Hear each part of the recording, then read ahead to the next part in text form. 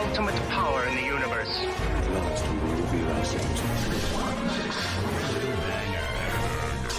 Oh, I have a bad feeling about this. You are now if you only knew the power of darkness. Here it comes. Let's go. You are now to LightSaber Radio. 4, 3, 2, 1.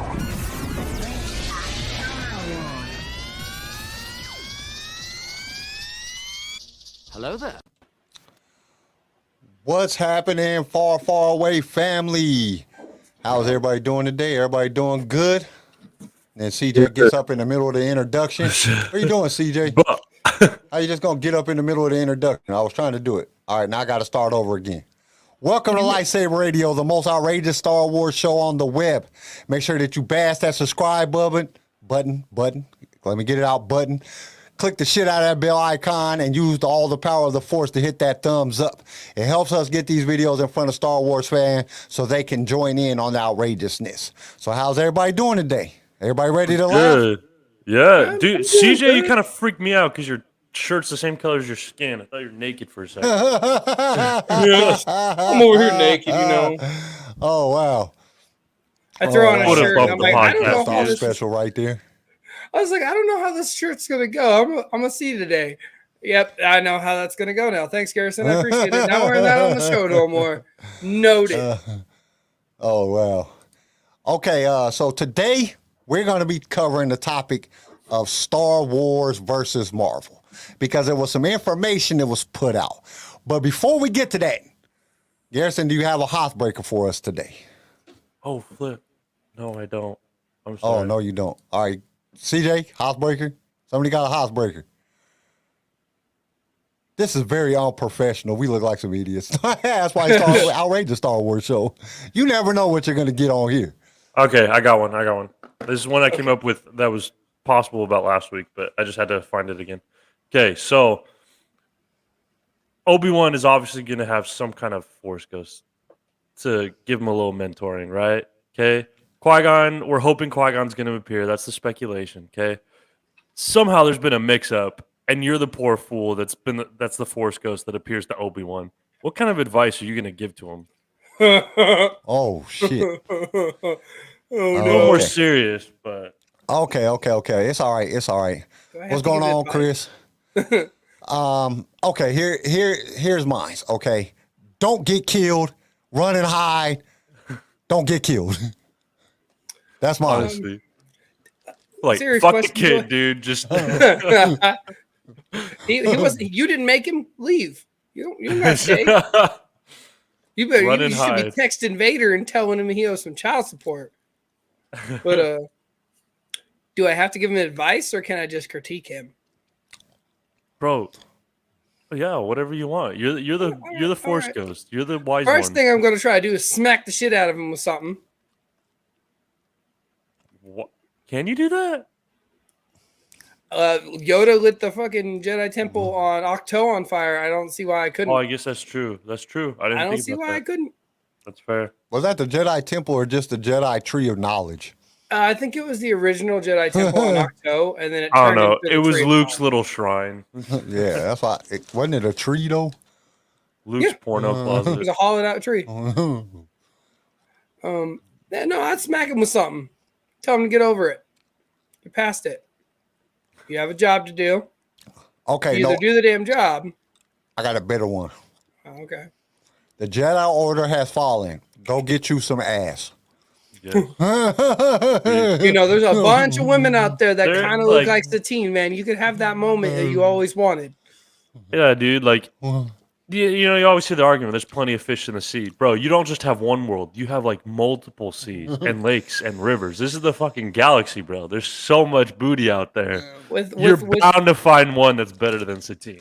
well, and if you go to Naboo, you got to think, man. If you had a thing going with Padme, you could always find one of those handmaidens that kind of look like her. I mean, there's a bunch of those on Naboo. You can go and hit that. So you can have your Padme experience. Chris said, Obi-Wan, We've been listen. trying to We- reach. How about your speeder ahead, extended go ahead. warranty?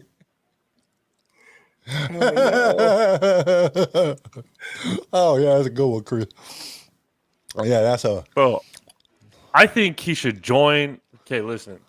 Him and Anakin make a flipping great team. Just join Vader and kill the Emperor. You can do it. I trust you guys. Both of y'all together. I think you. Like, I'll flipping be in that Empire. Them ruling together. Well, and They'd if be you better think than about just it- Palpatine. And you think about it, Obi-Wan would be the only person that could look at Vader and be like, I want to join you. And with Vader being the way he is, I think Obi-Wan would be in charge again. I think it'd go back to that, you know? I think Anakin would kill Obi-Wan anyway because he'd be like, damn it, I'm tired of being the apprentice. I want to be Tired of being apprentice everybody's no more. second hand, damn you. I want to be the master. It's my turn to be the master. I don't know. I think bring the kiddies along and be like, I have your kids. Let's do this together. Let's work together. Let's kill the Emperor. We can I don't think it'd go rule like ourselves. I don't think it'd go like that. I think it'd be a bargaining chip. He's like, I know where your kids are at, but we got a deal. We got to make a deal here. I bring you the kids and I join you, but you can't fucking kill me. Understand? You can't do it. It's against the rules. But then again, No Darth killing. Vader would be like, he'd be like, you cut off my arms and legs and left me to die. Fuck you. and you were there for my kid's birth and you hid them Yeah. from me. So there's a lot of resentment there. Fuck you and the kids. Negotiations were short. So that's all really I got. short. I'm killing you right now. You did me dirty. Okay. Killed me, you killed my wife, and you took my kids. Now this is a very special segment. And we're a little bit biased here because we're a Star Wars podcast. So we love Star Wars the most out of all. But we're going to actually look at so basically, okay, let me put it like this. We are basically going to look at the actual figures that they did on the chart that was released in the news and rumors, Star Wars news and rumors segment. We're just going to do it early and we're going to discuss this because I think this is a very important topic. This is a topic that comes up all the time. Okay. What is better, Star Wars or Marvel? Which one reigns supreme on Disney Plus? Hey, what's going on, Fig Fury 79? Good morning. Hey. I think that there's a real benefit in knowing this information and knowing how almost evenly matched they are. Like, people don't understand Marvel and Star Wars are probably the two biggest things that you can find that has to do with entertainment. There are so many Star Wars movies. There's a crap ton of Marvel movies. And even in the industry of selling products, they have the biggest sections in the stores. You know, you have a whole, like in Walmart at one point when Endgame and Infinity War and all that were reigning supreme, they had a whole aisle of just Marvel stuff. It wasn't sectioned off. You had like Marvel, WWE, Hot Wheels and shit. No, it was just a Marvel aisle. And when Star Wars started getting popular again, the Star Wars would have their own aisle and their own pop-ups in the end and all these things. So nobody's really comparing to these two. And this argument is just, it's crucial. It is. I think this is one of those things that you have to be able to, you have to really be able to look at it try to take your bias out of it because I'm a Star Wars fan. I love Star Wars. I like Marvel too. Don't get me wrong. I like a lot of stuff about Marvel. But when it comes to Disney Plus shows, like I only watched the first episode of Loki. Like I watched all of WandaVision. I watched all of what's the other one? Falcon and Winter Soldier. I watched that one. I watched all of that one, but I watched like the first episode of Loki and I was like, what is everybody ranting about? This is like boring as hell. Like it was not like interesting at all to me. But at the same point, then the Book of Boba Fett, I watched it all and I was very disappointed. So, it's gotten better as I've watched it more, but it's still not, to me, it's not where the other fans is putting it. They're like, oh, Rotten Tomatoes, it's like 80%. Like, you guys are crazy. I don't know if y'all was watching the same thing as me, but that's not who Boba Fett is. Boba Fett is not that guy. And the best episode had the Mandalorian in it. So, the Mandalorian is what made the Book of Boba Fett, not the Book of Boba Fett, not Boba Fett himself. So, it's definitely a thing where Okay, what the hell is going on? Well, I'm trying to pull this up, and it's only letting me pull up the page or the thing. I don't know why. Yeah. We'll I have- think I don't know. I think Marvel, because it's all interconnected and so recent, all the shows are fairly recent and all interconnected and all part of one big story. It's a lot better flow. So if you like Marvel, you're generally gonna like most of it just because it's so connected and all in the same thing. Meanwhile, in Star Wars, like the original fans don't really like the prequels, and if they do like the prequels, they definitely don't like the sequels. And just because the sequels are so different than the rest of them, and the new Star Wars content that's coming out is very different from what we're used to, I guess. Like Mandalorian was good, but then the other shows weren't quite as good. So I don't know. it's definitely a toss up. I feel like. With Marvel, and like Marvel saw the success that they that Star Wars got with the Mandalorian, and decided, instead of dropping a whole movie about Loki or a whole movie about Moon Knight, and Moon Knight, like Fig Furious said, granted, Moon Knight is looking to be solid, but it's only one episode in. Yeah, we got to think. We thought the same thing with the Book of Boba Fett. It was pretty solid, that first episode. We were anticipating so much with that, and then it kind of dwindled down and kind of didn't make no sense. And Moon Knight could do the same thing. Like I said, with the Mandalorian, when you have a budget like that and you tear through things, and Loki, everybody loves Loki, so Loki's going to have a good budget. Falcon and Winter Soldier, everybody loved Bucky and Sam. And that's that relationship that we got in Infinity War or in Civil War when they're fighting Spider-Man. They got in that argument and they're both looking at each other like they hate each other. Like that was a good dynamic that people wanted. Or WandaVision, everybody loved Wanda and Vision in that relationship and cried. I watched so many people cry in the theater when Vision died in Infinity War. Spoilers if you haven't seen it. And if you haven't seen it, it's been out for a grip of time and you just suck at catching up. Just saying. And actually, you're right. Go ahead.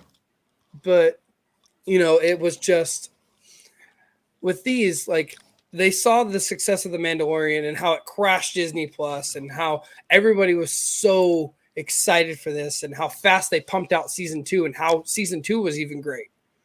That they're like, oh, cool. We can probably do this, our Marvel stuff instead of making a movie, because we saw what Black Widow did during the pandemic. Other than that, Disney trying to screw them out of their money, they made a good chunk of money off of Black Widow, but it didn't get the same reception as Loki and WandaVision and Falcon and Winter Soldier. So I think they saw, like I said, they saw The Mandalorian and how people really gravitated towards that streaming service instead of going out to a movie theater, which is sad to say, but I mean, numbers don't lie. You'll see them right here. So when you're looking at it, it looked like season 2 of The Mandalorian like crushed, like almost 8.5.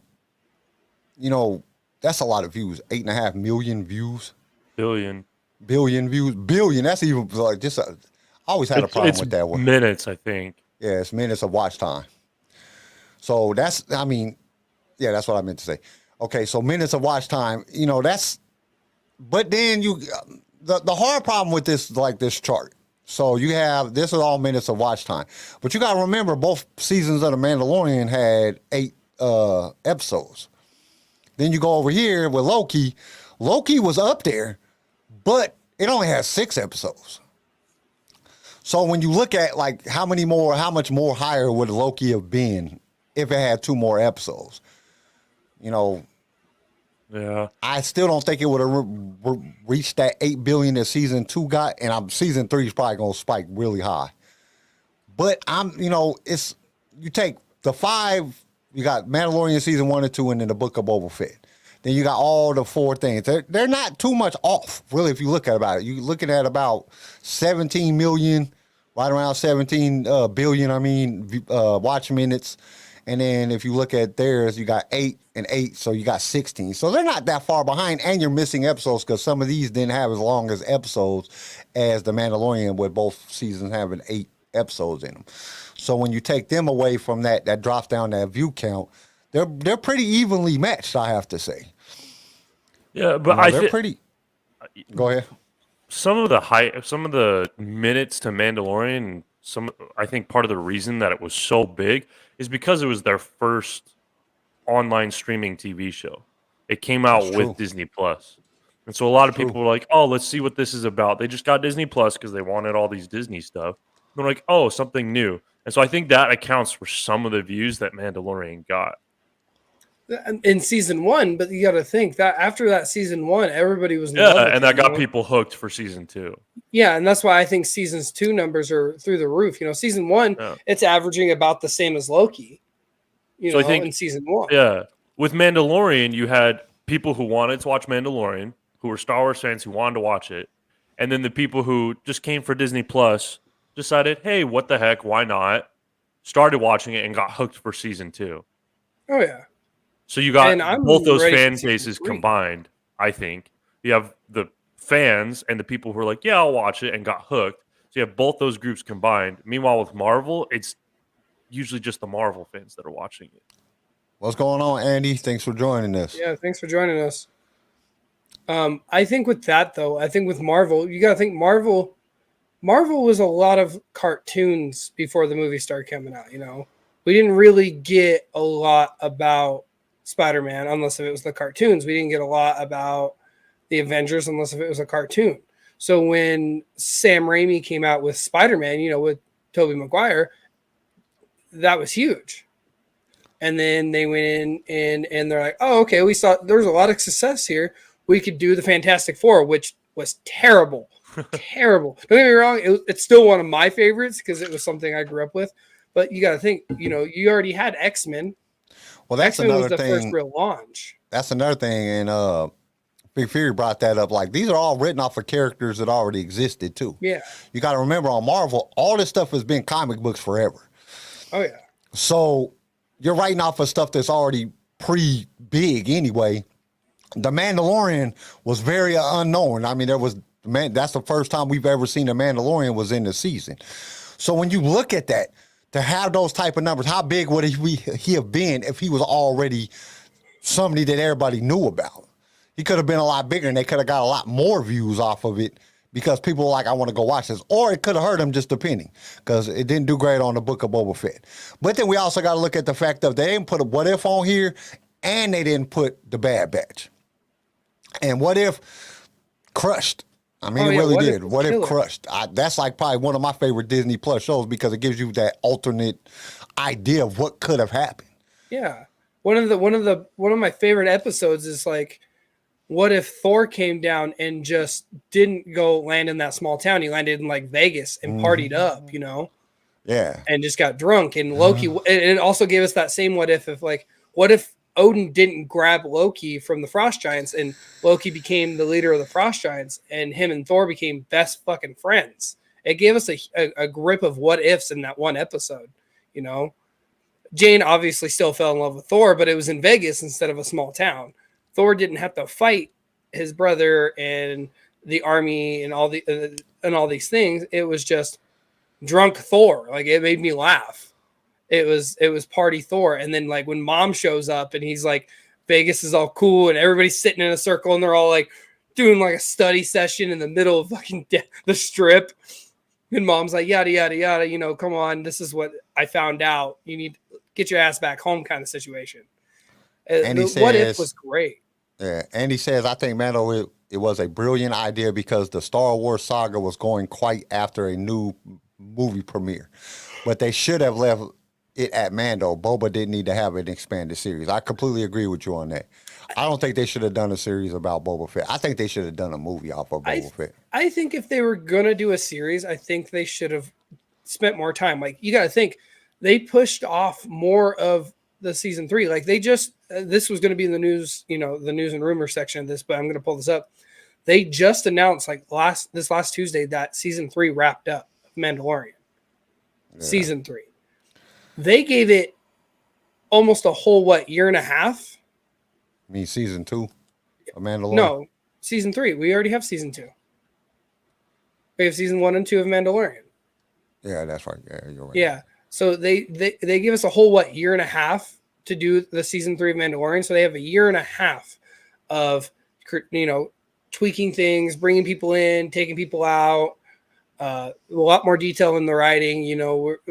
We got a little bit of what we were going to see in the Book of Boba Fett. I think it was important for the Book of Boba Fett to happen because we did get that reunion with Grogu and Mando. But that could have also been the first 2 episodes of The Mandalorian. You could have given us 2 more episodes of that. You spent a year and a half doing this.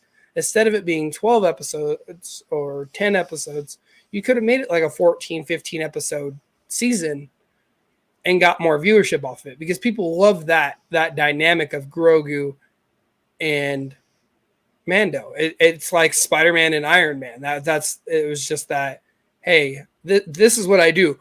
Do not copy me. And then Grogu will be like, yep, I'm going to do it anyway. I'm going to follow you everywhere. Yeah. And that's how and Marvel got the same idea with Spider-Man and Iron Man. I completely agree with Chris.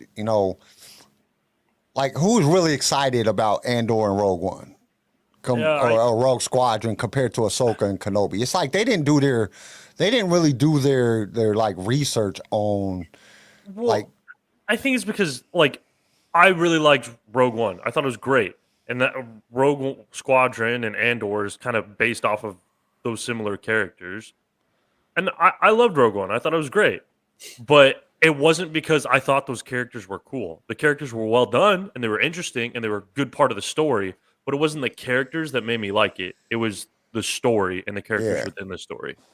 So I don't know what they're going to do. I'm just hoping that they have, Wedge in there. They gotta have like Wedge in Rogue Squadron, because if they don't, it's like Wedge is like he's the key guy in an X-wing. Other than Luke Skywalker, you want Wedge Antilles in your fighter squad. So if they don't put Wedge in there, it's gonna be kind of like. So I'm like, dude, to me, it's like Marvel's more consistent. And I think that's the reason this Star Wars is kind of lacking, because somebody put in, I think it was Chris or it might have been Andy, they said that George never meant for Boba Fett to be a main character. He was always supposed to be, like a legacy character that was just legend on his own. That's what Andy said. And that's real. They shouldn't have made a series out of him.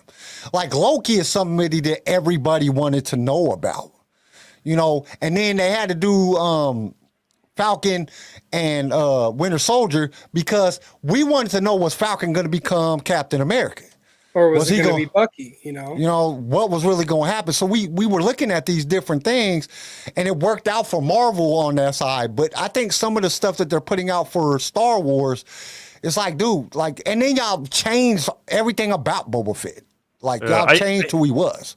I think it also goes back to the formulas they're using and what the fans want.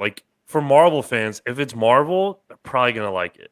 You don't have to do much. You don't have to tweak much. It's Marvel fans like Marvel. And you also have 40, 50 different comic book series to go through and make that storyline. You don't have that. Marvel fans like it for the character, and they just want to watch that character. It's not necessarily the story. They just want to watch that character. So if you bring that character, Marvel fans will watch it. Star Wars, it's a lot more, we want something good. We don't we're going to watch it if it's Star Wars, but that doesn't mean we're going to like it. It has to still be good. And it seems like they're putting the same formula as Marvel and sticking it to Star Wars. If it's Star Wars, they'll watch it and like it. No, and I think that's not the case. And I think a lot of it goes back to, like you said, the formula. They're using the same formula, but they forget to understand that Star Wars is a franchise built around the storyline. You got to have depth. If you don't have no depth to the story, it might appeal to the younger Star Wars fans that don't really have that good connection, but most of your Star Wars fans have a very big connection to Star Wars. So if you're going to bring out something about a character, you better play that really good. And I think they failed both in Solo, because Solo didn't do as good as it should have, and in Boba Fett, because y'all didn't give us that depth of the story. It was more like flashy action, no real storylines, just hints and parts, and it wasn't the story that we expected to get. about two of the characters that are fan favorites. And I think that's where hurt. Plus, we all know the Solo got hurt because they brought it out the same time as they did Marvel, and you can't do that. You know, that's what's something I was worried about that was going to happen with the Obi-Wan Kenobi series, why they changed it 2 days. Like, was there something that's coming? Are they planning on putting, is low-key coming out that day, or is something else happening on that day, which I couldn't find nothing. But did they double book, and they was like, dude, that's going to kill us. That's going to kill us in our overall views. I think it's just like the genres, like the formulas are different. Superhero movies are about characters, and Star Wars is about the story. The characters are still important, but the story is the main thing about Star Wars. And it's all these characters interacting with each other to create a story. Meanwhile, Marvel, it's the person. You know what I mean? Well, like right now, Moon Knight's out. I didn't even know Moon Knight was a Marvel character. Like, they're They just got a comic book off of that? Yeah, he's been a Marvel character for quite some time, and they went in and stole Oscar Isaac, Poe Dameron, and had him play Moon Knight. Which, don't get me wrong, he's a great actor. I've loved him in everything else he's been in. I loved Poe Dameron in the sequel trilogy, even though I didn't like the sequel trilogy. I thought Poe Dameron was an interesting character. But like Rogue Squadron, if you're gonna do Rogue Squadron, cool. Like we said, bring Wedge in. If you're gonna do Andor, put some depth into that. Like, if you're not going to give us a overly popular character, give us a beautiful story. But if you're going to grab a popular character like Boba Fett, Luke Skywalker, people of those magnitude, you have to give us a story, something that we can relate to, something we can grip onto, and just be intrigued every week. Well, like I keep pulling up that I was emotional in that one of our episodes about, I think it was like episode 4 or 5 of Book of Boba Fett. Yeah, it's because it wasn't a story. It wasn't cohesive. It didn't tie into much. It was everywhere and nowhere at the same time, and it really sucked for me. And I like Kenobi. I know for a fact they ain't doing that because they've been working on Kenobi since they said they were going to do the movie. So they've had a lot of time to sit there and go back and forth and, let's try this script. And they read that script out loud and they're like, let's try this one out. And, they've done so many things, table reads, they probably have been looking at the actors for years on who they want. And they didn't just throw in a random ass group of people and Ewan McGregor and call it a show. If you look at the casting list that we've gotten so far, they've really picked some top caliber actors like O'Shea Jackson Jr. If you've seen Straight Outta Compton or Bad Boys or any of the things that he's been in, he's really freaking good. Same thing with Sung Kang. Sung Kang, all in the Fast and Furious series. Any movie that he's been in, he's been a great role. He's been funny. He's been serious. He's been, he's played on heartstrings. Like, all these actors that they've brought in are really good. So for them to spend all that time on Kenobi, but give us a shit product with Boba Fett, like we had pulled this up talking about Book of Boba Fett, it was, I think they were more focused on getting Kenobi to the proper place and the proper showing. And we're just going to throw this out there to keep them intrigued. I would have just given us Bad Batch. I think it just shows what Disney's good at. Disney's talent. Disney has a shit ton of money, so they can buy good actors and they can buy good characters and good franchises. They can't necessarily write well, but they have the money to buy what they want.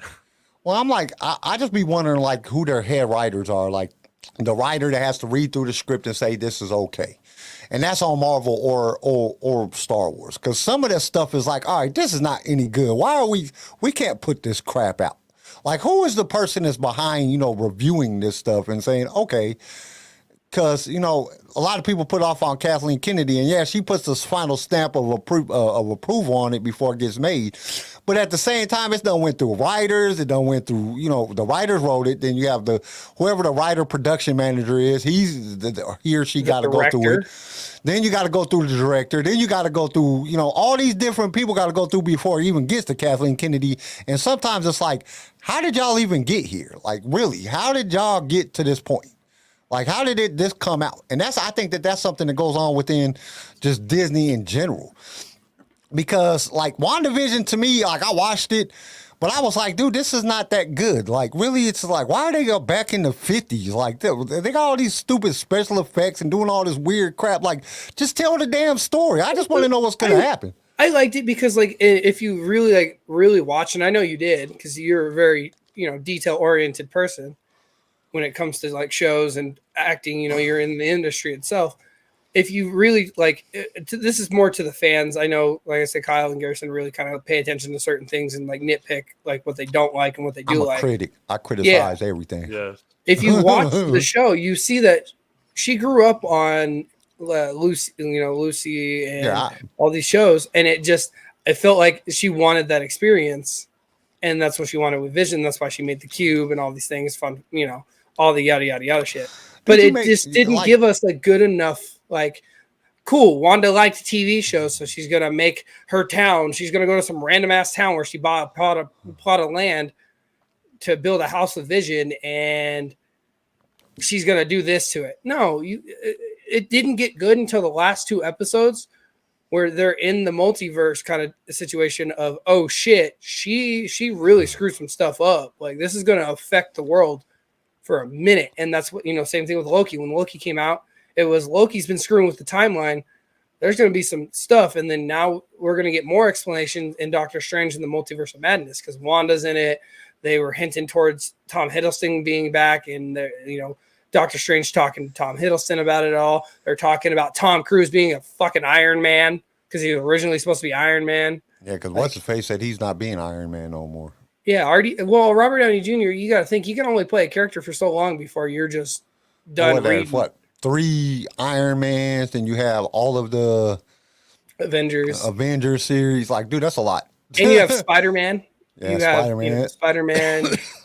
And then and that's all people talk about, and that's got to be hard. Just a quick fact. So Marvel Comics Wolf by Night number 32, August 1975 is when Moon Knight came out. The first appearance of Moon Knight. Yeah. So this dude's been around for longer than I've been alive. Because I was born in 77. So Moon Knight's been around. But nobody, I didn't even know who Moon Knight was. I didn't know that until you told me. Until you just I don't know what his powers are. So I have no idea who this dude is. Now I want to go watch it so I can figure out. He just looks like a mummy to me. He just looks like a mummy in wrappings with a half moon, fucking a crescent moon as a knife. That's all it looked like to me when I was watching the commercials. I'm gonna share the screen cover of this like I said, I'm glad of the comic book of how he originally looked. That's what he looked like. I mean, they were really like, you got to think back in the day when they were writing comics, man, they were really, really descriptive on like every detail. Like, look at his legs. His legs, you see every muscle built into the legs. You see every muscle on his chest. If you look at Moon Knight in this, it looked like they just shoved mummy wrapping on him and have him jumping off roofs. He's a glorified Batman. But for some reason, everybody's excited for it. Well, I just think because, okay, when Disney's looking at the numbers, okay, Disney Center, they're looking at the numbers. All right, they say Book of Boba Fett did well. They made money off of that. Yeah. They had a $3 million episode budget, so they made money off of that. So they made money off of that. Boba Fett was a background character. They brought him to life. Boom. Then you go to they're doing the same thing. They brought out Mandalorian. So in the Mandalorian, he's somebody that nobody knows about. Most young people, I didn't even know who Moon Knight was. So unless you're a comic book fanatic and you really into Marvel Comics, you're not going to know who Moon Knight is. So this is almost like having a brand new character. So Marvel's new, you know what I'm saying? Because look at how Immortals done. Immortals, that movie was terrible, man. I was like, oh, God, this movie is terrible. And it tanked so bad. You know what I'm saying? But they still made money off of that because everybody, it's Marvel. Let's go see it. That's why I went to go see it. It's like, oh, it's a Marvel movie. Let's go see it. I thought it was going to be like Avengers or something. And it was like, dude, y'all been around this whole time and y'all didn't stop none of this. Y'all didn't stop Thanos. Y'all didn't do anything. Y'all was here this whole time. That's kind of jacked up. Y'all just whatever. You know what I'm saying? But it wasn't a good movie. Like, it had great stars in there, but it just wasn't a good movie. So I think it just goes back just the two different things. Like, Disney has a lot of money. Their strength is their massive budgets, right? And while those massive budgets really help in a superhero movie, because superhero movies are generally all about shock and awe, Star Wars is about the story. Like the original Star Wars movies had relative budgets for their time, and so Star Wars is more about a good story rather than big shock and awe budget. But Disney's strength is kind of shock and awe budgeting. Hey, Garrison, Like, your mic let's is popping. throw a lot. money at it. Oh, my bad. Could you hear me though? Yeah, we could hear you. It just was popping. It was like sounded like a droid falling downstairs. It's Disney coming to kill me. That's how that's an how R2O ship moment. that's how Disney characters would get their name. They just take R2 and shove them down some stairs. Octo, you know, Bing Ray. But yeah, now it's I just think that it's so hard because, like I said, I'm a Star Wars fan. I love Star Wars to death, but I like Marvel. I like DC. I just like action-packed movies that got good stories that, you know, do things. And like you said, when it does come to a Marvel movie, it's about the wow. Even though the Avengers, the storyline of the Avengers, I like the storylines of Avengers, especially Endgames. Thanos trying to come and, you know, Infinity Wars and Endgames. That just, it really played out. I thought it was really good. But at the same time, it's not Star Wars. So, you know, like if you said, all right, if you had to choose, like if you had to, like honestly had to choose, like all the Marvel movies versus all the Star Wars movies, and that's, you couldn't, like one of them had to disappear forever, which one would you choose? I'd choose Star Wars. Keep Star Wars, get rid of Marvel. But that's... I'm a very DC oriented fan.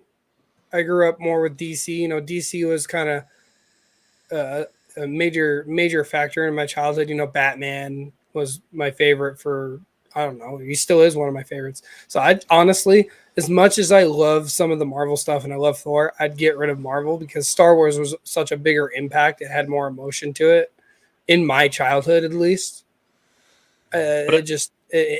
It hit differently in my house than it did Marvel. At the same time, though, like the originals and the prequels carry the rest of Star Wars. If you would have said post the prequel series, I'd get rid of the Star Wars. I think overall, Marvel was at least more consistent with it. Like Marvel taught you to be a good person. You know, be a hero, be a good person. Star Wars taught you morals, like all of it, not just being a hero, but how to achieve becoming a hero. You know, how to really get there.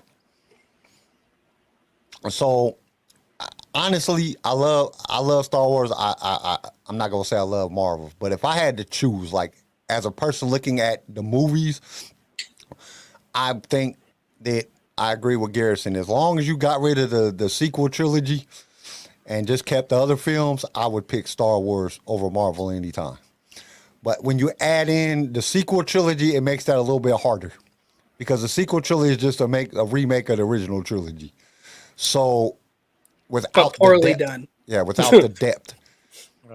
So I still think I would pick Star Wars just because I think I got way more morals, way more of that how you're supposed to live your life moral standard from Star Wars than I did from any of the Marvel movies. Like I said, Marvel is more like action-packed, blow stuff up, big crazy things happening, that wow factor. And Star Wars had more of a story. And it was a linear story. I think Star Wars, Andy has a good point. He says Star Wars has deeper morals as to what it meant to become a Jedi and what it was required to become a Sith. I think Star Wars was just deeper in general. Star Wars, there's a lot more depth to at least the originals and prequels. There's a lot more depth and development and just depth. There's deeper stuff in it than there is to Marvel shows. Well, and like with Marvel, like I said, Marvel started off with, you know, the X-Men series, and then we got Sam Raimi's Spider-Man, Fantastic Four, and all these things. I didn't gravitate to that, you know. I watched A New Hope, and I loved, like, no matter how much money you are paid or how much you are offered, at the end of the day, you built a bond with somebody, and now they're in trouble. Do you just keep going on your way and look out for yourself, or do you go and help your homeboy out? that was my biggest thing with Han Solo. Han Solo instilled a lot of confidence in me as a kid. You know, I was the short kid. I was a short, tiny kid growing up. I was picked on. I was bullied. But just how Han Solo carried himself, and it didn't matter what people said. It didn't matter what people thought. He was him. You know, I'm Han Solo. I'm the captain of the Millennium Falcon. This is my best friend, Chewbacca. That's why I Like want to put that E40 song on right now. I stand on that, or stand on that. I want to put that song on after you. It was Han Solo that made me think, you know, no matter how badly I screw up or how bad I look in this moment, I'm still that guy. You're still, like with me, like how I thought about it is like, you're still Charlie Elliott. You're still this guy. You need to stick to your guns. This is who you're going to be. Same thing with Luke Skywalker. Luke Skywalker, when he found out his dad was Darth Vader, he's like, oh crap, you know, my dad is just a mass murderer, but I'm still Luke Skywalker. I'm the last hope, you know. I'm the Jedi. You know, I'm going to bring balance to the Force, and I'm going to save the galaxy from this tyranny. And the same thing with Leia, and like all these things. Like Star Wars gave us that sense of confidence of no matter how bad shit gets, if you stick to who you are and what you know, it will get better. And Marvel didn't do that to me. And that's where, you know, like something that brings, like Andy just said, I just put it up on screen before I put up Chris's stuff. I'll go back to it right quick. It's like Marvel characters, you got your powers somehow. In Star Wars, it was more about passion. You had to meditate, find out who you was as a person, go through things to find out who you were. Like superheroes just got superpowers, and they was like, do I want to be a superhero or do I want to be a villain? And they just made a choice. Like, yeah, you know, Spider-Man, with great power comes great responsibility. You know, there's definitely shades. Or you could be a WWE wrestler and fight. I think it just shows Disney. Like, budget can buy you a lot of things. It can buy you great characters, great franchises, great actors, great special effects, great production value. Like, money can buy you a lot, but it can't buy you that meaning and that passion that goes into some writing. And I think that's where everything that Star Wars, that Disney has been producing all together with Marvel and with Star Wars. And I think they got their hands in too many cookie jars. I really do. They're trying to do too much. Like, focus on one thing. You know, if you're going to focus on Marvel, start pushing Marvel, drop us a Star Wars movie. You know, we're Star Wars fans. We can wait. We're used to waiting for content. We waited a long time. So, you know, it's not that big of a deal for us to wait. You know, put your money in Marvel and then give us good Star Wars content every couple years or every 5 years or whatever. We can wait. We're good. But you can't just throw us garbage Star Wars content and expect us to be like, hey, we're going to be like, what the hell is this? Well, you know, we are the biggest critics on the planet. Nobody's more of a critic than Star Wars fans. We care about if it is good or not. Now, younger Star Wars fans, they got a 1 minute attention span. They watch the first 5 minutes of a movie and they're like, oh, this was a great movie or a great TV show. Yeah. So they get away with that with the younger fans. But true fans that are really in depth into Star Wars, we're like, what the hell is this? Yeah, like, I think going off what you said, Kyle, I think that's a great point. You also have to take into account like how people are nowadays. Most people today are kind of they just want to turn their minds off and just be entertained. They don't want to dig deeper. They don't want to have that depth to a story and try to figure it out and think about it. They just want to shut their minds off and be, you know what I mean? Yeah. They just want cheap entertainment, most people. Like, they're always on their phones. They're always, you know what I mean? They don't want depth. They don't want to struggle with their thoughts. And they don't want to think things through and have intense conversations. They just, want to scroll through social media. So it reflects people today. Yeah, sorry, Garrison. No, go ahead. What's bad is, like, think about it. You look at Clone Wars. George has been thinking about writing a Clone Wars series before he did it for what? 10 years? 10 years? Years. Yeah.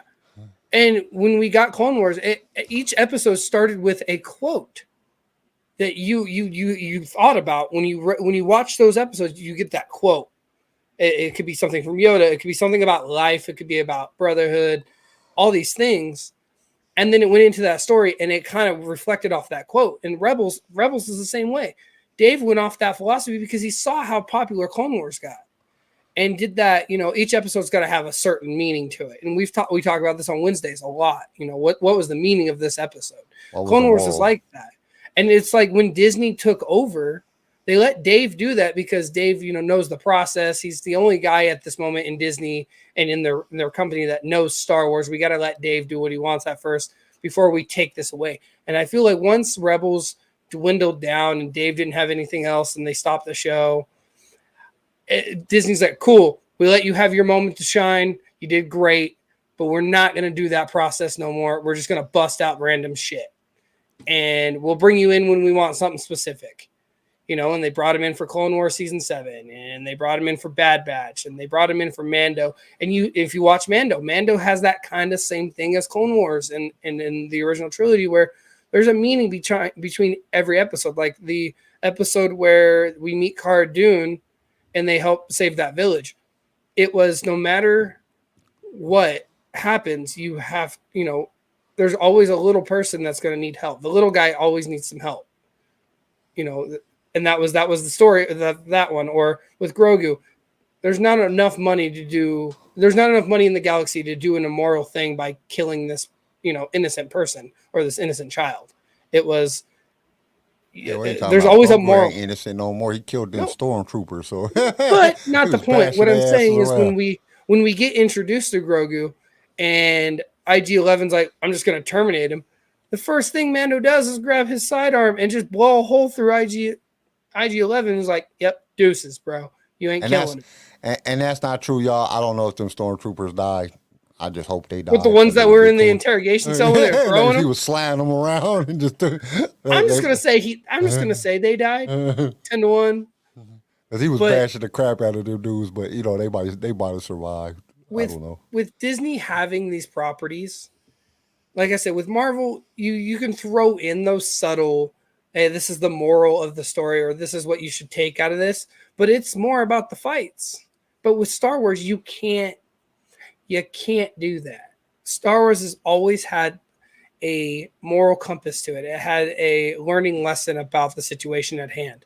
You can't just slap some shit and call it a movie or a show. My bad. But in the beginning of Star Wars, it was one person, idea.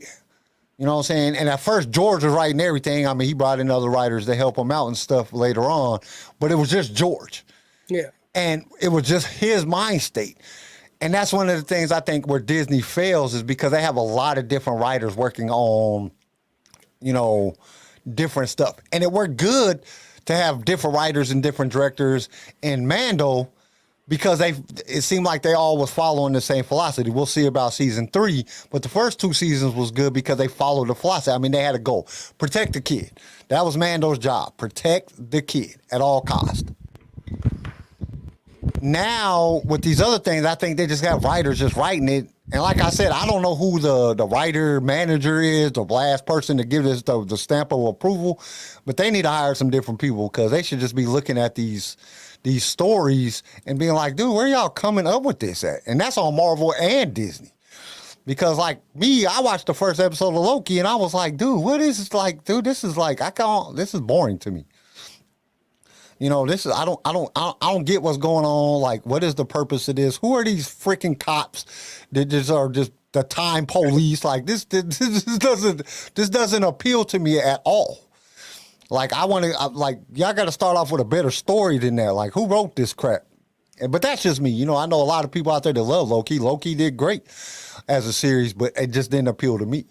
But I like, WandaVision. It wasn't the greatest, but I like that. I didn't like some of the things that they did, but I thought the overall plot and overall storyline was good. But with Star Wars, like, I loved The Mandalorian. Like, I loved it. I loved The Bad Batch. I didn't really like Boba Fett. There was no story there. It was like, where's the story? Like, Boba Fett's a good guy now? What's going on? Andy, I agree with that. He says, I was lost in Loki. They made too many mistakes with the time police when the hell did we ever hear about that? That was the thing. The TVA was never a thing. That was just what was that I one feel like movie? That was just a dark on a wall kind of thing. Like, oh, we're gonna try to throw Loki on a TV show. What should we do? And they closed their eyes and threw like 5 fucking darts out, and they picked up whatever they threw the darts at and threw it on a TV show. It was good. What was that one movie that had them guys in there and had the old guy, but he was an old guy, but he was like dead, and now he became the time cop. It was with Bruce Willis, wasn't it? No, it was with I can't remember what the actor's name, but then the actual when he went to go do the time travel police thing, then he was like that chick, but he was really an old guy in real life, and then he became a chick, and the other dude was something else. It was all crazy. It was like, the Rest in Peace movie or whatever. I can't remember the name of it. Assassin's Creed. No, it wasn't Assassin's Creed. Right. But no, like while you figure out what movie that is. And I think, like I said, I think Loki was good. I just didn't have that story. Same thing with Wanda. It was good. It had some tear jerking, heart pulling moments, but it wasn't good as it could have been. Falcon and Winter Soldier, we knew that was going to be something that was going to get brought up. You know, who's taking the shield? Is it Sam or Bucky? In my personal opinion, it should have been Bucky, but not. That's me being biased as hell. And it's not because of what everybody else thinks. It's because Bucky was closer to Steve than Sam was. That's the reason why I say that. Yes, R.I.P.D. Yeah, R.I.P.D. Yeah, it was just Ryan Reynolds. Yeah. And the guy from The Big Lebowski. Can't remember his name.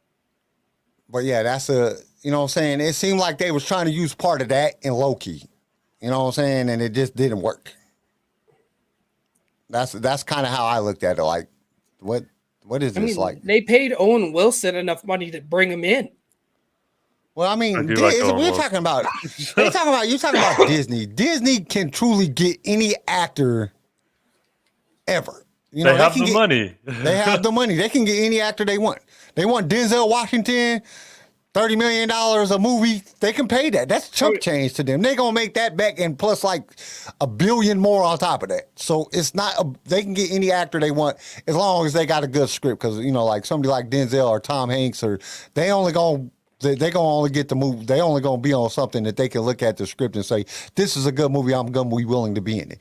Not just because you throw money at them. They've turned down many of scripts and many of movies. Like, I'm not going to be in this. This is not a good movie. You know what I'm saying? This is not going to be good. Well, I mean, obviously not with the money though at the same time, because if you look at Disney, they remade another show about Turner and Hooch, but they killed Tom Hanks' character off. That's because that movie wasn't any good, so Tom Hanks wasn't going to do it again. Turner and Hooch was great. The first one with Tom Hanks in it, that new one was like, what the hell is going on? The TV show was good. Like, it I didn't was like the TV show. You liked I watched it? like two. I didn't like it. I watched like 2 episodes of it. I didn't like it. I love Josh Peck's acting, and I'm glad that they brought him in. But like, they obviously don't have enough money to bring Tom Hanks in, even for like a flashback moment. Like, well, this is the thing, Tom Hanks. So you got certain actors that will not get him in the picture. It don't matter how much money you start. They got money. They don't care. They're not going to do a movie if that's not a good. Like, I was listening to an interview one time that Denzel Washington did. He said, I will not do a movie. I don't care how much money they give me if it's not going to be a good movie. When I read the script, that's why they send out scripts. People read the scripts and be like, I'm not going to be in this. I mean, this goes all the way back to the original Star Wars. When people was doing script readings, they was like, this is going to be a failure, and they didn't get into it. They didn't really see George's vision, and they didn't do it. And I mean, back then, they was only getting paid like $10,000, $20,000 a film, but that was a lot of money back in the 70s. That was like making, $2-3 million now. Well, and like the same thing with, it doesn't matter how much money I get paid, the script's got to be good. Christian Bale was supposed to be Tobias Beckett before we got Woody Harrelson, but he didn't like the script. Yeah, and that's all it is. When it really breaks it down to it, it don't matter how much money they have. I guarantee if if they came to Denzel and was like, hey, we'll give you $100 million to come in and do this, he might take it. No. $100 million, like, I don't care if it's crap or not, you know what I'm saying? But he might. You never know. It's all about his morals and his character, like how he feels about it. Or Tom Hanks. Tom Hanks just ain't going to be in any movie. Just like with the one with him with the soccer ball. He knew that movie was going to be good. Come on, the man was in a movie. That's what makes him one of the greatest actors of our time. Because he was in a movie with a beach ball or a soccer ball. Wilson, for a whole movie, it was just him in that, and the movie was great. It was a great movie, had a great story. Same thing with A Wonderful Day in the Neighborhood. There Yeah, wasn't a lot of people you could have brought in for that, and they offered it to Tom Hanks, and obviously it was so damn good that he was like, deal. I like the writing. I like the story behind it. I like that there's some depth, to this story. It's not just about Mr. Rogers. It's how he interacts with other people and how he can form relationships outside of just being Mr. Rogers himself. And that's a damn good movie. When you break down to it, it's all about, their moral compass. Like, basically, is this a good movie? Do I want to be there? Because I guarantee that Disney has offered a lot of people a lot of money that's turned down parts. We know, we've seen it. So-and-so was supposed to be in this movie and then they wasn't. Or there's rumors that this person, there wouldn't be no rumors.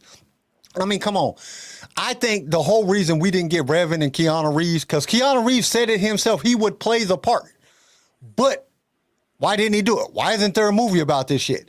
Why every Star Wars fan wanted it? I guarantee it was because the script wasn't good. The script wasn't good enough. He was like, nah, that's not good. We got to do better than that. And come back to me when it's better. Yeah, come back to me when it's better. Because he even talked about it in the interviews. He would love to do a Star Wars. But he's not going to play that part if the storyline sucks. You know what I'm saying? Keanu Reeves is not, look, come on. We're talking about Matrix. We're talking about John Wick. These is good storylines. Bill and Ted. Action-packed movies that just blow your mind. Like Matrix, I went to see Matrix 1 in the movies like 5 times. Because it was like, dude, this is something totally different. And the acting was good. He played a great part. It was just a good movie. And when you look at that, he's not going to come out and just do crap movies just because you throw some money at him. Like, the storyline has to be good. I mean, there was a reason that was a big rumor, and it was a rumor for so long. Because I'm pretty sure it was supposed to be done. They just didn't ever get the writing right, and he wouldn't do it. That's why I'm thinking that it never actually made it to the movies. Hopefully, that's something that they're working on now. There's been some more rumors about it happening, but there's been rumors for the last 10 years that it's happening. So, it just all depends on what they do. But I would do it's. Some people will just take parts for the money. Some people will not. And I think that has a lot to do with it. But there's some actors that don't care. Man, you throw $30 million at them, they're going to come on the set. They don't care if it's good or not. Look, I think that was one of the things, the only one of the things why Morrison, when he came and did Boba Fett, there was a reason. Like, this dude hadn't been in anything for years, not anything of decent quality. So he was like, dude, this is my chance. Aquaman? Aquaman was great. Yeah, but look how big of his part was. His part was like 5 seconds of the whole movie. You know what I'm saying? He didn't get, he wasn't a star. No. He wasn't somebody, he needed that. You know what I'm saying? And they gave it to him. Well, because I guarantee he wouldn't have done that if he wasn't in some type of situation. Or in a situation like, I need to get my name back out there. My acting career ain't going as best as I wanted to. He's been voice acting for Disney for a minute now. Yeah, of course he had to do it. He did Moana. He was Moana's dad in Moana. He's done a lot of voice acting for Disney. So I felt like Disney already had this planned out and was going to bring him back. He was just waiting for that moment to do so. I don't think it was enough money. I think he was just ready to be. I wonder how much money he made on it. Probably not enough because just because Rotten Tomatoes gives it good doesn't mean it's good. Regardless, though, when it comes to Star Wars, Disney has a budget where they can get a lot of actors. I think the problem isn't the actors when it comes to Star Wars. The problem is good directors and good writers. Is that fair to say? Yeah, and all.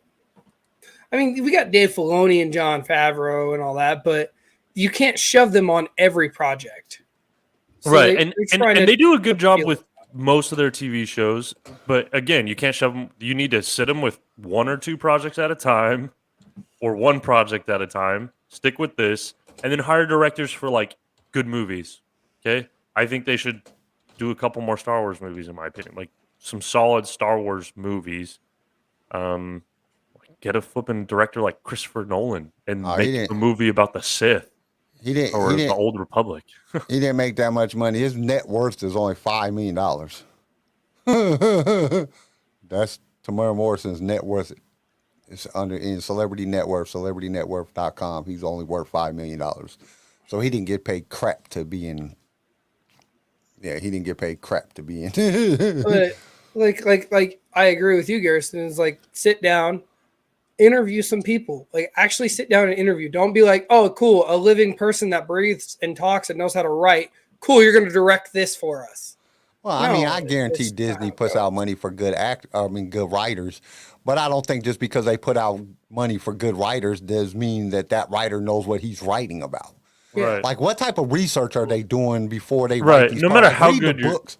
no matter how good your writer is, you can't just pay him enough money to make him magically become inspired with a good script. A writer has to believe in what he's writing and actually want to write it in order to get that creative process going. You can't just pay him enough and him just pull something out of his ass. Yeah, George Lucas makes a crap ton of money, Andy, but we're talking about Tamara Morrison here, and Tamara Morrison didn't make crap. he ain't got no money. He probably made more money doing. And I'm pretty sure Attack of that the Clones. George Lucas didn't. How much did George Lucas sell? Oh, he made a grip When he of money sold Star selling. Wars to Disney, wasn't it like $4 billion off of just that? Something like that, like 4 or 5 billion that he sold Disney to, or sold Star Wars to Disney. Okay, are we ready to get to some news and rumors? We got anything on news? Yeah. Oh, wait, They hold on. sold We it gotta to do him. it. Hold on, he gotta- sold it to him for 10 billion. 10. Yeah. I still think it was worth more than that. He should ask for 100. Oh yeah. You know how much money they made off of him, off of his idea. All right, so I got a what if. Okay, so we're gonna do the what if first. Okay. It only takes one decision to decide the direction of the galaxy. A decision that will influence the outcome. But if that decision went the other way, reality as we know it would change forever. The galaxy would be on a different course. Things that have happened would cease to exist. A new narrative would be etched into creation. So we are going to analyze those other possibilities when we ask, what if? Okay, so the what if question of this week is, what if Luke never found out that Leia was his sister and they end up hooking up? How do you think things would have turned out? Oh Come no, That's a good one. You can't tell me that ain't a good one. man! I've been waiting for you to do this because I knew this was Hey, gonna be a what if sooner or later. We just found out what species Yoda is. He's actually a person, just a really deformed person. Oh.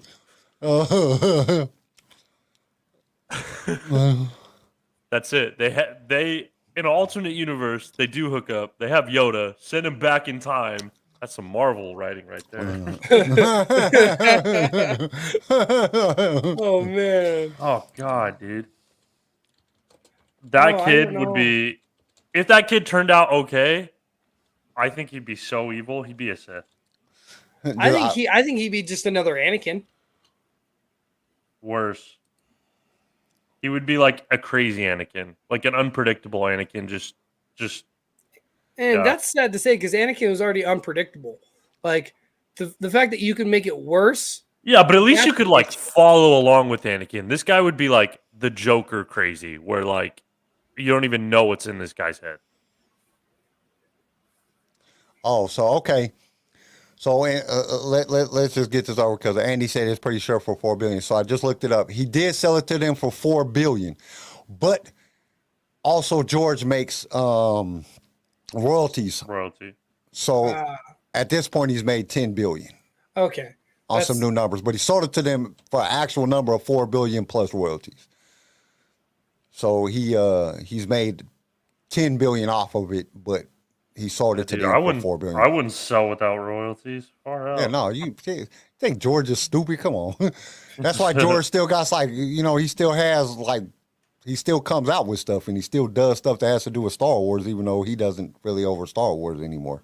Because he probably gets merchandise rights. He probably creates stuff for the merchandisers and action figures and all these Oh yeah, different and you got to things. think he probably made a big grip of money from Hasbro for that Star Wars Black Series figure of himself.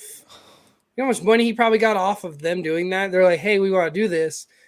Can we do this?" And he's like, "Cool, you can do this, but I want this amount of money for you to do this."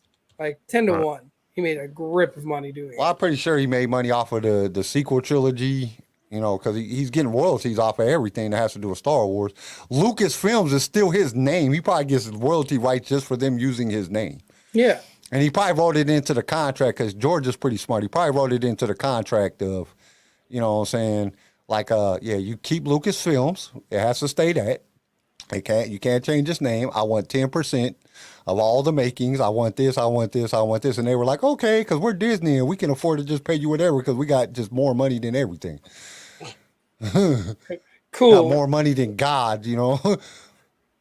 Cool. We're just going to bring you in. We're going to agree to your terms and get you the hell out so we can start doing stuff. Here goes a good what-if question. What if George Lucas never sold to Walt Disney?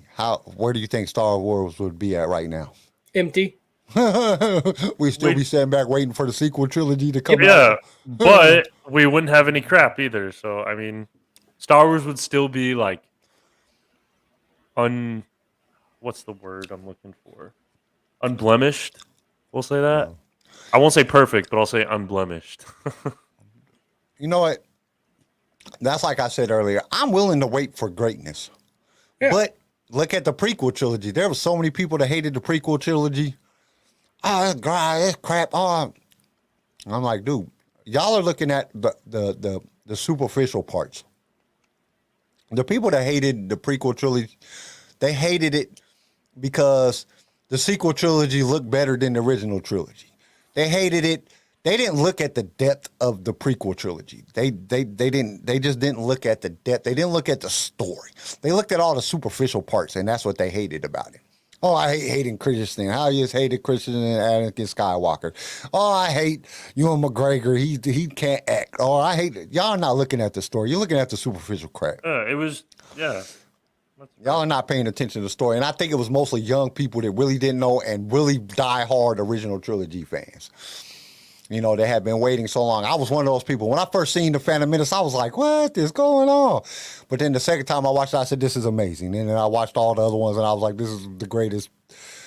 To me, Revenge of the Sith is still the greatest movie of all Star Wars time. Yeah, best. Well, we voted on it, and even fans voted on it, and we had kind of a giveaway for that, and it came out supreme, so. Yeah, I'm sorry. And they just looked at it for superficial reasons.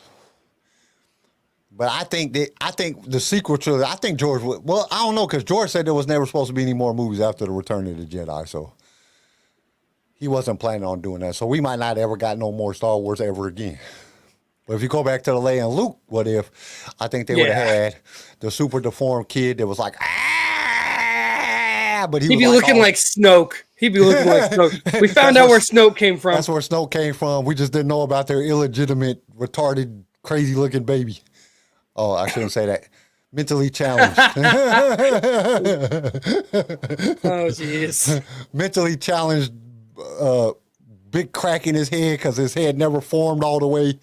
You know, because the head forms like this. That's why he got that big crack up his forehead. It formed one side and then it just attached to the other. And then he like kills then he like goes and he kills Palpatine and kills Vader and kills everybody, and you know what I'm saying, just takes over the galaxy as the ultimate just mentally challenged Sith that just has a lot of powers but don't know what he's doing.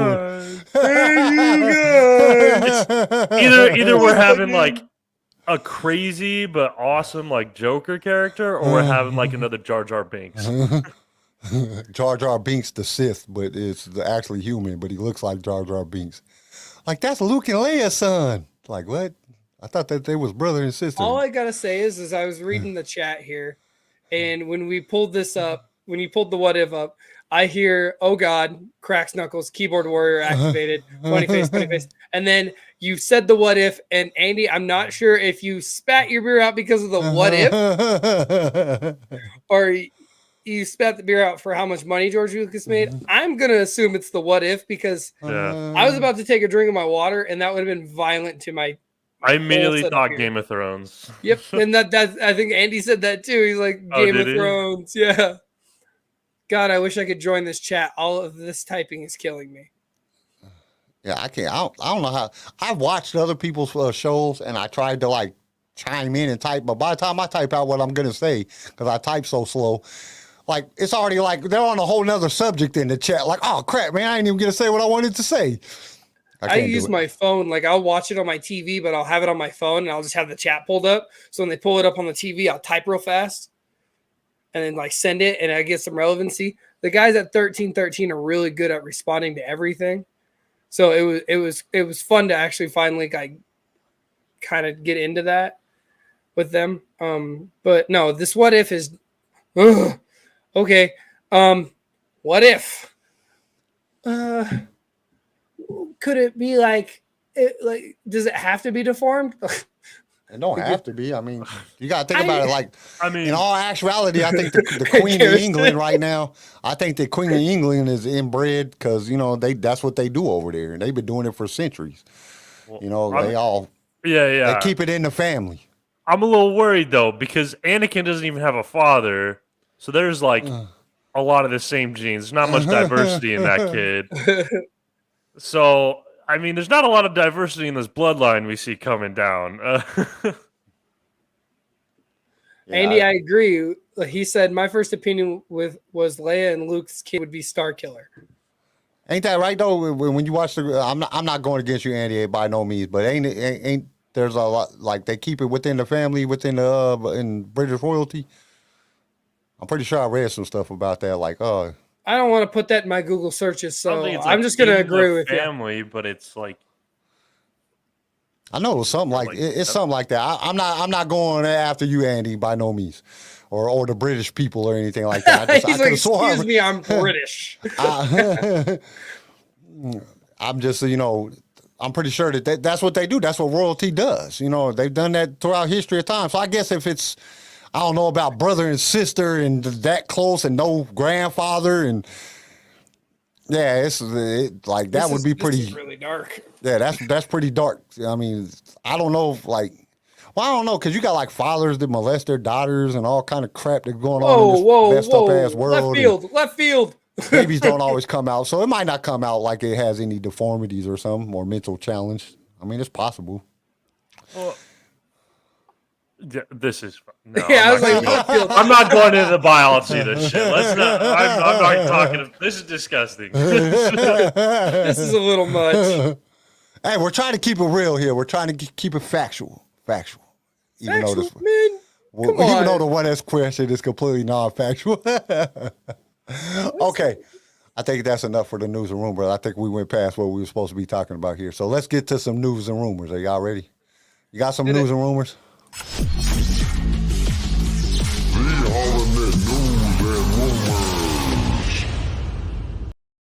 So I'm going to start off with Hasbro. Hasbro came out and is dropping a whole Clone Wars series line. They're starting it off with a Mortis arc. From what I see, it looks like a Mortis arc. Mortis arc series of lineup. So you'd have Ahsoka, Anakin, Obi-Wan. You'd have the father, the daughter, and the son, and all that stuff. The Father, the Daughter, the Son, and the Holy Ghost. Right, I was trying not to say it. The Ahsoka Tano and Grogu moment from season 2 of Mandalorian has dropped. It is a Walmart exclusive, so go stock your Walmarts to go find that because some lovely poachers are going to take it. Hold up. Before you move on, we got to go back to the Mortis characters. Oh, here we go. Okay. The father, what did they use, like a nutcracker theme on him? Because that dude is like got the squarest face ever in the history of time. Like it's like their faces don't look like normal people. Like how did they make an action figure where they just take a chopper, but just take some wood and go and put a beard on it? What did they do? Like, cause like that's like. They do not look like a character that I would want to buy. You know what I'm saying? I'd be like, oh, that's creepy as crap. Like the daughter got that big flowing green hair, and the son just looks like. Why does the son look like the Inquisitor? Have you ever noticed that the Grand Inquisitor? Yes, he does. He looks like the Grand Inquisitor. So it's like, well, you're gonna come out with the son and the Grand Inquisitor at the same time, around the same period of time. People ain't gonna know what they're buying. And then the father just looks creepy. That dude is like completely like he just. Their faces in the show were just like just perfectly shaded, and it was like, or just perfectly just slanted. Like, how are they gonna come out with that? That character's gonna look crazy. I just had to throw that out there. Hasbro dropped an announcement on their website. That's right, our our shelves are restocked with some of your favorites. Go get it. Go check Walmart, Target, wherever you buy stuff at. And then they have a new pre-orders coming out. They haven't dropped it just yet. The pre-order list will be on 4/7, next month after, May the 4th, this month actually. My bad, not next month. On the 7th, which is in 5 days, we should be getting some news on some new toy lines of some sort. I'm assuming they're going to get into the vintage collection and the gaming greats and show us, our next setup of, is it going to be Black Chrysanthemum? Is it going to be another gaming greats character itself, like maybe even Star Killer, because they didn't have that action figure? That's it for my toys.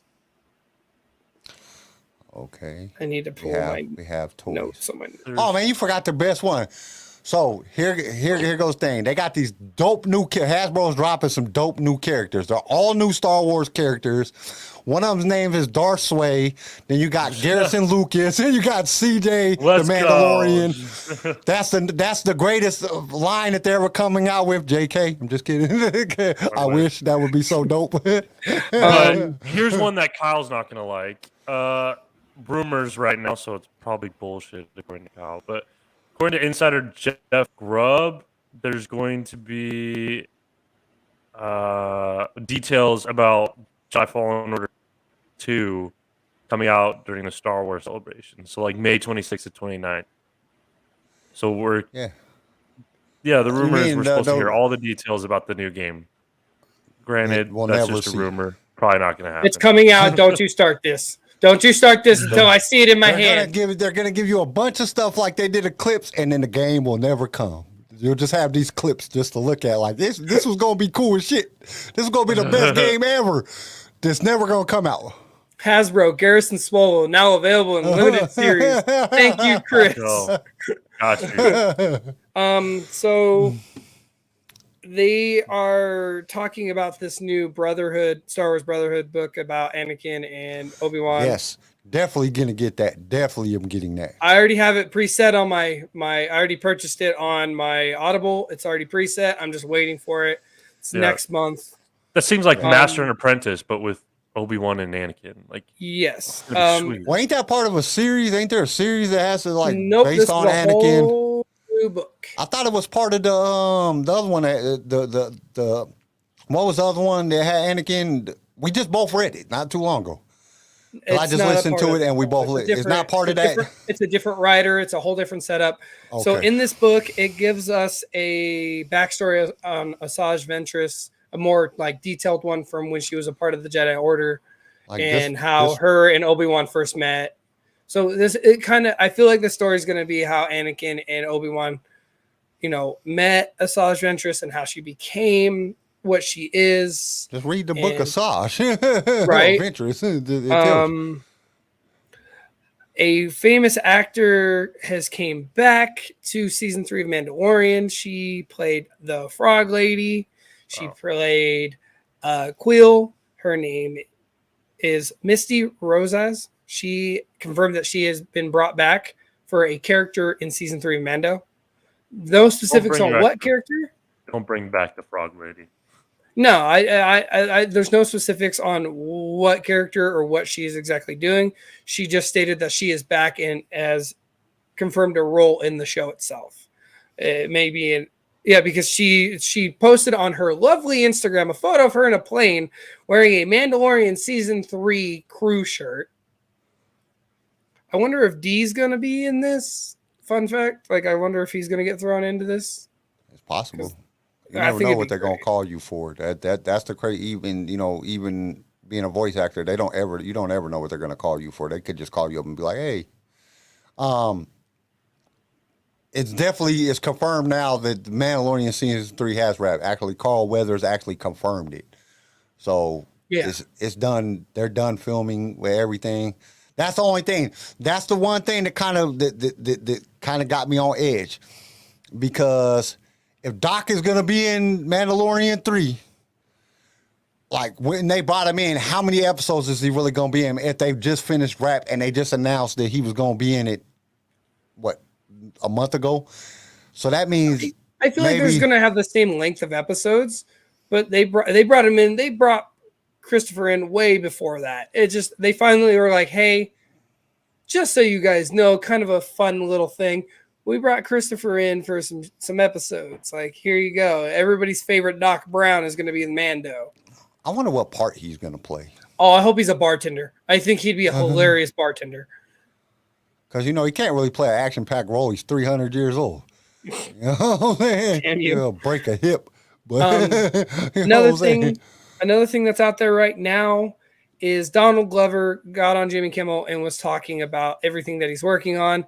Just so everybody takes this into consideration, he did not say a damn thing about Lando. It was just speculation. Everybody's speculating about it and spreading rumors. He didn't say, yeah, I'm doing Lando right now. He just says there's a lot of stuff in the works. He just wants to drop all his stuff around the same time. So because right now he's still doing Atlanta. Well, I mean, and that's another thing. He could just be a consultant. Yeah. Because there's rumors about a lot of other people playing that part. So he could just be a consultant. Like, I've played the part. I can tell you what to do. I can tell you how to do it. That's a lot of times because they'll bring in people that's played other parts or that they consider for that part, and then they change their mind, but they bring him in as a consultant. He could be, he could be in the next Bad Batch. He could be the voice actor for Lando Calrissian in the next Bad Batch. Yeah. You know what I'm saying? We don't know we don't know what he actually is working on. And like you said, he never said anything about the Lando series. So he's just talking about all his work and how he wants to drop everything around the same time, his music, his TV shows, because he's got 3 different TV shows, give or take, in the works. He didn't say anything about Disney. Jimmy Kimmel directly asked him about it, but he literally didn't say anything. So everybody was like, oh, he's coming. He's doing Lando. No, he's probably working on his own shit, guys. It would be cool if he was Lando, though. Oh, I love him as Lando. I mean, he didn't do a bad job being Lando. I thought he did pretty good. I think he was great, and I love his interview when he talks about how he sat with Billy D, and Billy D's like, just be you. And then Alden Ehrenreich's like, yeah, I had lunch with Harrison Ford. He didn't tell me anything. He just told me that I told you everything and not to tell them anything. That's literally what Harrison Ford told Alden Ehrenreich. I was like, alrighty. That's fair. Dude, just be suave. That's all you got to do to be Lando. You got to be suave and debonair. That's Lando. Just be Billy D. Just hang out with Billy D for a day. You'll turn into Lando. You know he's a ladies' man. That's all you got to do. That is all the news I kind of have at this point. Everything's just a lot of speculation on the video games, which Garrison hit, and everything about Celebration and how they're preparing for it and what people are speculating is going to get dropped during Celebration itself. So. No, I really didn't have much other than that Carl Weathers confirmed that they're done filming. There's a couple other things on here. Lego Star Wars game producer shares gameplay tips ahead of the release. They might be doing a pre-release of the game. That's a rumor. You know what I'm saying? Whenever they say might in the article name, yeah, it's a rumor. Yeah. So, there wasn't really that much on the facts, on the news strip. I mean, to Chris's comment, he says the remastered Knights of the Old Republic coming out. I'm excited for that, especially because they changed the combat in it, so I'm pretty excited. Oh yeah, to me, like when I have it now on my Xbox. You can tell it was a keyboard-oriented game. It's very, very keyboard-oriented. The fact that they're remastering it and being able to like do everything that action combat, yeah, instead of being like press F to do this, press X to do this. Now it's going to be like combos and stuff. Dude, if you make it more action style, it's supposed to be like God of War almost, and it's like that's like a completely different game at that point. I'm excited. I hope it's really good. I hope they really, really put a lot of love and effort and time into this because KOTOR is already a loved and beloved game. What? You can't mess with something like that unless if you're going to improve it and make it more loved and enjoyable. You give us some shit product, Disney, I swear. That's not what I clicked on. I'm going to be mad. All right. Is that it? On It the says, quiz? this just Oh. popped up. I guess this came out on April 1st at 1:30 p.m. It says, Daisy Ridley kisses Pedro Pascal in the bubble Yep. in an uncomfortable Star Wars crossover. Crossover to what? April It wasn't a Fool's Day. crossover. It's a movie that Daisy Ridley and Pedro Pascal starred in. Oh, on Netflix? Yeah, and they I'll had have an to go awkward watch that. kissing scene, which was really bad. It was. I watched it because I was like, Uh-huh. "Oh, cool! She finally did a movie, and she can stop complaining about how Star Wars kind of limited her acting." Now Netflix signed you. Shut up. Hey, that's a chance that you take when you work on a Disney film. You might not ever get nothing else for the rest of your life. It just happens. It's the curse of being in Star Wars. That was it. That was the height of your career. Yep. And then some other people go off to do amazing things. It's a 50-50 chance. But yeah, no, that's it for my news and rumors. All right, so let's go ahead on and get to the impossible quiz. Are y'all ready? Are you ready? Stop right there, you rebel scum. Prepare yourself for the Star Wars Impossible quiz. Blast them. Hey, new one. Yeah, no- just so you guys know, that was new. That was really cool. I'm not gonna lie. I That think I one coulda stormtrooper couldn't stand still though. Yeah, he had Tourette's. That's the Tourette. He had That's he had a leg cramp every time he'd get in his shooting stance. Okay, so here we go. It's my week to do the impossible quiz, which I was informed is about 5 minutes before we started the show. So some of these questions might be a little bit easy, but I do have the Mando game, the Mando card game. So I'm gonna ask some questions from the card game. Ooh. Okay, in the very first episode of The Mandalorian, what famous person had a cameo in the slab of carbonite?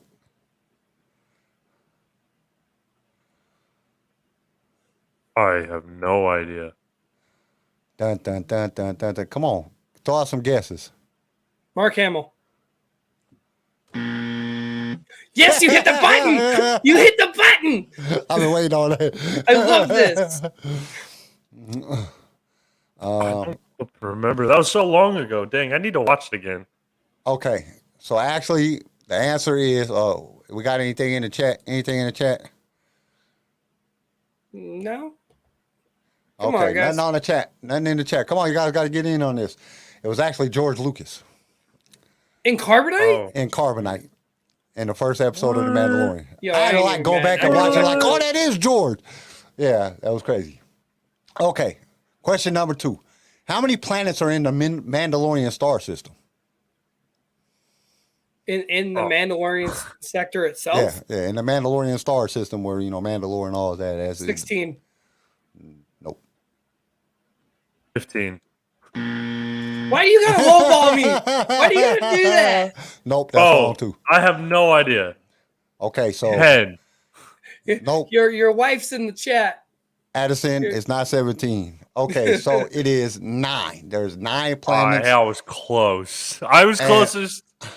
Like, listen I'm gonna try to name off these planets, but I'm probably gonna mess up a whole lot because some of them are like weird. You got Nog. There's a planet called Nog. No. You got Akin, AKAAN. You got Tracian. You got Kelivora, Mandalore, Mandalay, or Mandala, Mongol, looks like Shukuts, and Werda. It's Shuka. Werda. Shuka. It's and Shuka Werda. and Werda. You gotta But- think I'm the Mandalorian guy here. I know this. It's Shuka. You couldn't And even. then, You got but it wrong. there's also a No, lot of moons the in the Mandalorian. Mandalorian system that support life. So, and I didn't look that all the way up, so I just got the names of the actual planets. Okay, number 3. Who is the oldest living creature in the Star Wars movies? CJ. Yoda. The Sarlacc. Oh, shit. Damn. Garrison got it. Holy crap. The great Sarlacc Cocoon is the oldest living creature in the actual movies, in all the movies. Then it goes Maz, then it goes Yoda, then it goes Jabba the Hutt in the actual movies. Huh. Holy flip. Jabba the Hutt's 608 years old when he dies. And he only dies because he got choked out. Yeah. We don't really know how long he could have lived. Okay. Question number 4. What was the nickname for Sonova, the Wookiee bounty hunter? Or Snoova. I don't even know how to use it. You said it right the first time. Soova. Not great with names, y'all. I'll mess that up. You said it right the first time. Damn, I remember reading this. Big furry ape. No. That's a good one. Big furry ape. Mon Mothma was a human, man. She wasn't that old. Mom off. Come on, Andy. Andy said Mon Mothma. I mean, that's a little. Hey, Addison, you can't be saying good job, baby, and stuff like that in the chat. You're going to make his head big. Stroking his ego. Quit stroking the ego. So, Fluffy so paws, Chris says. Never mind. Fluffy paws. Keep your inappropriate comments to yourself, I Garrison. know. You're like stroking his ego. I was like, not the only thing she's stroking. Oh, no, you said it. Oh, No. now you're going to be choking on your own aspiration. It'd be like Addison left the view. What are you talking about on that show? That's why I'm watching. You always saying something crazy. Okay. I don't know. I can't think. Mad Claw. Very nice. It's Mad Claw. Mad Claw. Yeah. Mad Claw. Okay. Question number 5. Okay, let me eat this gummy worm. He's over there snacking. What does the Emperor say is Luke's weakness? Your faith in your friend. Your faith in your come friend. on, Garrison. You're supposed to know that. That's an easy one. I threw a couple easy ones in there. Your Your faith in your friends is yours. Is that not it? Okay. That was a good impression, though. That was Hell a good yeah. impression. That was good. Okay, listen. Now this is another easy one. I threw a couple easy ones in here because some of these is kind of hard. So I tried to put something very good in here. All right. What is the name of Lando Calrissian's co-pilot in Return of the Jedi? Oh no! Damn it! I jumped the gun. I don't know. Lobot. It wasn't Lobot. Lobot. Oh jeez. We don't see Lobot after Empire Strikes Back, do we? Nope. And we don't hear about him until that last shot book. Or is that? Wait, isn't it the weird alien dude? Yep. Yeah, nub. Yeah. Andy got it. Good job, Andy. All right. So now we're gonna go to some Mandalorian questions off of the Mandalorian card game. How does the Mandalorian armor refer to the Jedis? Oh, CJ has his hand. Go ahead, CJ. Sorcerers. Yes, sorcerers. Oh, good job. Yeah. What does the Mandalorian give the child to wear at the end of the season 1? CJ. I need to rewatch it. A mythosaur skull necklace. I gotta turn it upside down so I can read this. Why are they making it in such small lettering? I can't even see this. I reckon that's it's it. the signet of the Mandalorians, the mythosaur skull. Mythosaur skull. Yep, that's it. Okay. 2 more and then we'll move on. Okay. Not that one because I can't even read that. Okay. I need to rewatch Mandalorian, it sounds like. How does the child most often travel? He's carried in a bag or carried by Mando. Or in the life pod. He doesn't really walk, so. In the hover pod. Yeah, so CJ opted like 3 answers on that one. I'm sorry. Well, it just that was just it. It was in the pod, and the pod got destroyed, and then he was put in, Mando's bag, and then if he's not in Mando's bag, he's being carried by Mando. What animal does the child lift, displaying its special talent? The Mudhorn. Yeah, man. Okay, so Garrison won. Garrison won the really hard questions. And CJ knows everything about the Mandalorian cards, and we're not going to use these no more. I didn't even know they had a Mandalorian. Yeah, they got like a whole game. It's like a whole. I didn't even know they had a game. I'm just answering because it was my favorite series. You guys ever played like that Disney Seen It game? Yes. I want that in Star Wars, please. Like, let's make that happen, Disney. You're all about marketing and making money. Please make that happen. My woman and leave was really the sequel, good at those leave Disney the prequel, or leave the sequels out of it. Yeah, I don't know. Just looking up trivia questions and stuff. Like I just ordered a bunch of the books because I'm like, we ain't got Charlie no more, so we need to have some more content for the Star Wars what ifs, or the Star Wars thing. And I'm like, dude, there's so many books. Like there's like 150 trivia books, and some of the books is like, dude, none of this has anything to do with Star Wars. Before Andy's completely gone, he says, I gotta go, guys. Sorry. A fantastic channel. I've subscribed and we'll be joining a lot more. Thank you, Andy. We appreciate that. You subscribing and clicking that bell notification. That is very important. Thanks for joining us, man. I will see you on Wednesday. We will see you on Wednesday. Yeah, we coming out another Wednesday. We do Rebel recaps until Obi-Wan Kenobi comes out. Well, then we still gonna have to now since they're moving into Fridays. Now we got to find out Well, I guess we could just keep going on with Rebels and go all the way through all 4 seasons. But I'm hoping that they come out with the Bad Batch. I want the Bad Batch. I need more Bad Batch stuff. Damn it! Like if they came out with the Bad Batch on Wednesdays and then we had Kenobi on Fridays, that would be so dope. Dude, we'd have Star Wars twice a week. Dude, I think I'd be overwhelmed with Star Wars. I'd be like just freaking Lord, I'm overwhelmed. Like it would Twitter pate me or something like that. Can men get Twitter pated? Yes, men can get Twitter pated. Come on. I don't know why that just popped in my head. I don't know why that just popped in my head.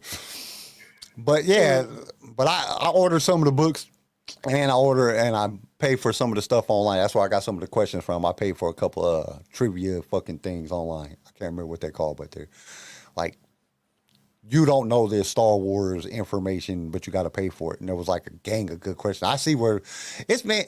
Dude, I didn't realize how hard it was to come up with these damn Star Wars quiz questions. Like the first time it wasn't that bad. I did it in like 10 minutes. This time I was like, dude, I don't know what the hell to ask. Like I'm gonna start getting y'all. Y'all better start catching up on your audio books because hey, man, that's good. I got my Audible back. I'm about to start going back to some of the audio books, and because I'm listening to Thrawn, the third book in the Thrawn Ascendancy now, and dude, there's a lot of information in those books, and then I'm gonna go back and like Shatterpoint, all that. I'm gonna go back and start listening to all them because I can listen to about a book a day if I really buckle down and do it. Hey man, I got this new job where I can listen to my books now. Garrison, you better get Audible. Yeah, I have Audible. I just don't listen to it very much. Dude, what I find myself listening to, because like I'm just at work and I'm like just working on stuff on the computer, or I'm doing something, or I'm driving that day, or whatever the situation is, and I don't have nothing to do but listen to stuff. So that's how I've like, even at my old job when I was delivering for GE, I just put on the earphones and I just go start working. I'll go drop some off at this stop, go install some stuff at this, at this building, or go to, if we was doing an apartment building, I would just listen to books all day. That's how I went through all the books. I went through like every Star Wars book in like 2 years, like every single one of them. To the ones that are coming out now, I listened to all of them just because that's all I had to do. I know this isn't Star Wars relevant, but they just announced this. Scooby-Doo 3's coming out, and it's the Return to Spooky Island. Yes! Yeah. I do want to get Garrison. It's got the original cast. We have everybody. We have Matthew Lillard, Freddie Prinze, and Michelle Gellar, all that. I'm sorry, I didn't mean to jump off topic. I saw it and I was like, oh, Garrison likes this. Holy crap, we almost screwed the pooch on this one. Today is Alec Guinness's birthday. Oh no! Oh my gosh.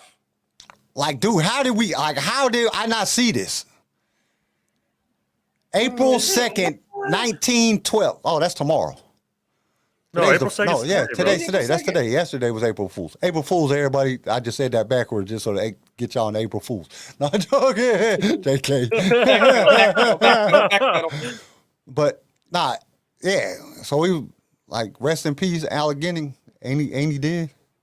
Yes, he's long gone. Yeah. He's been gone for quite some time now. Died So in like rest in 2000. peace, happy birthday at the same time. So we're going to celebrate your birth and your death today. I'm going to take a couple shots for you.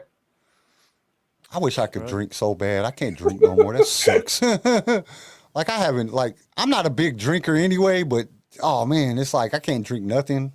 Like they like, no, that's bad. It's all sugar. Water's good. I like water. Yeah, me too, but I like to have a beer every once in a while too, or a shot or something. But I think that's all we got for today, everybody. You know, this was a great episode. We had a great show. I enjoyed talking to y'all. I know y'all enjoyed talking to me. And I know we all enjoyed talking to our fans, our wonderful fans. We love y'all, man. I'm going to tell y'all that. We love our fans. Our fans are great. Don't forget to subscribe if you're new to the channel. Hit that thumb notification. That helps us get in front of more people, and that bell notification. That way you can get all the new and wonderful content that we put out, which we got a lot more stuff coming. If you guys didn't get a chance to go check out our Wednesday show last week, and then we actually did a bonus Thursday show because, you know, new information came out about the Kenobi series, so we had to come on here and talk about it. We are looking for another co-host for this show. So if you're somebody that thinks that you want to get in on this Star Wars Outrageous podcast, definitely hit us up. We'll go through a little interview thing that we're going to do, and we'll find and see if you'll work for the show. And basically, the interview, we're going to bring you on the show, and if you don't know crap about Star Wars, we're going to dog the hell out of you. Like, what are you talking about? No, I'm just kidding. Just kidding. But We're no. gonna put you on the hot seat in front of a bunch of fans and call you out. But no, if you would like to come on the show, definitely hit us up. You know what I'm saying? We always like to have guests on the show. You know, enjoy other Star Wars fans, talk about Star Wars stuff. You know, we want y'all to come on the show. So anytime anybody wants to come on the show, just hit us up. And you can hit us up at lightsaber.radio or light.radio. Why did we come up with this email? This email is stupid. Who came up with this email? So it's light.saber.radio1@gmail.com. I'm about to start a new We're making a new email. Yeah, we're making We're a gonna new make a email. new That thing email, is long as hell. Like, who came up with this idea? Stay tuned for the new update on that whole email situation. Also, But Right, that's sir. what you can.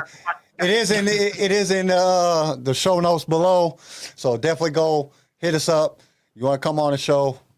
We're more than welcome. Everybody, all fans are welcome to come on the show. Now, if you're not a fan, don't come on the show because we're going to be like, you don't know crap about Star Wars. But definitely come on. If you want to come on the show, hit us up. Come on the show. Have a bunch of fun. Check us out on our social medias, which is CJ's domain. CJ's killing it on the social medias. So, yeah, definitely come. Check us out. And I think that's it. So, peace, everybody. Have a great rest of your Saturday.